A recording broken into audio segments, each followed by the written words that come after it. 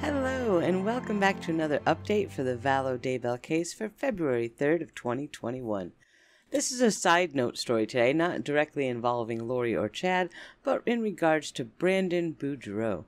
Now, this is kind of a complicated web of people in this story, so let's break it down with a timeline. Today we're going to talk about Brandon Boudreaux, who is married to Melanie Pawlowski, and their child custody case that they'd gone through that was really bitter and horrible. During the course of the custody battle, Brandon got into it with Melanie's then attorneys, Rob Jarvis and Garrett Smith. Alright, let's break this all down. Our story begins with Brandon Boudreaux, who married Melanie Cope. Now, Melanie Cope is Lori Vallow's niece. Melanie eventually left Brandon and married Ian Pawlowski. As a result, the custody hearing that took place, Melanie sought counsel through Garrett Smith and Robert Jarvis. We need to remember who Garrett Smith is. We heard about him in the recent hearing, the motion to disqualify the prosecutor, Rob Wood. Garrett Smith was called as a witness, and we learned that he also had represented Summer Shiflett and Zulema Pastenis. Now, Zulema Pastenis was married to Alex Cox, who was Lori Vallow's brother, who is now deceased. Summer Shiflett is Lori Vallow's sister. Garrett Smith represented all three of these people, Summer, Melanie, and Zulema.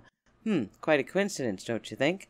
Now let's remember that John Pryor was the one who called Smith to the stand during the motion to disqualify the prosecutor, and John Pryor represents Chad Daybell, who is Lori Vallow's husband.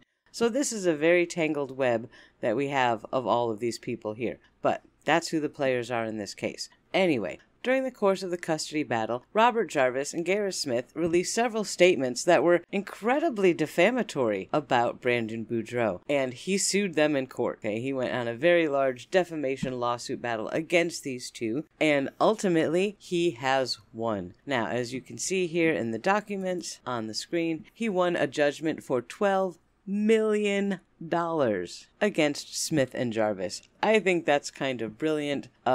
There's a part of me that's smiling pretty big about that. Take that for what you will. If you want to see the whole document, the PDF of the original complaint by Brandon Boudreaux against Garrett Smith and Robert Jarvis, the PDF file is available in Discord. I'm going to see if I can link it in the description below to a direct download.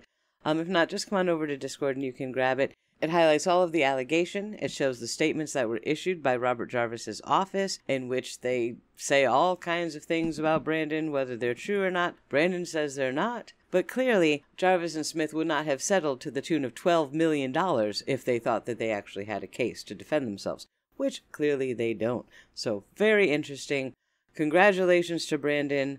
You all know how I feel about Garrett Smith. He has a host of violations against his record. If you look up his legal history, he also gave some very sketchy answers on the stand during the hearing for the motion to disqualify. So I think this is a fitting outcome, and I'm happy about it. So there you go. If you want to read all the documents, come join us in Discord. Congratulations again to Brandon.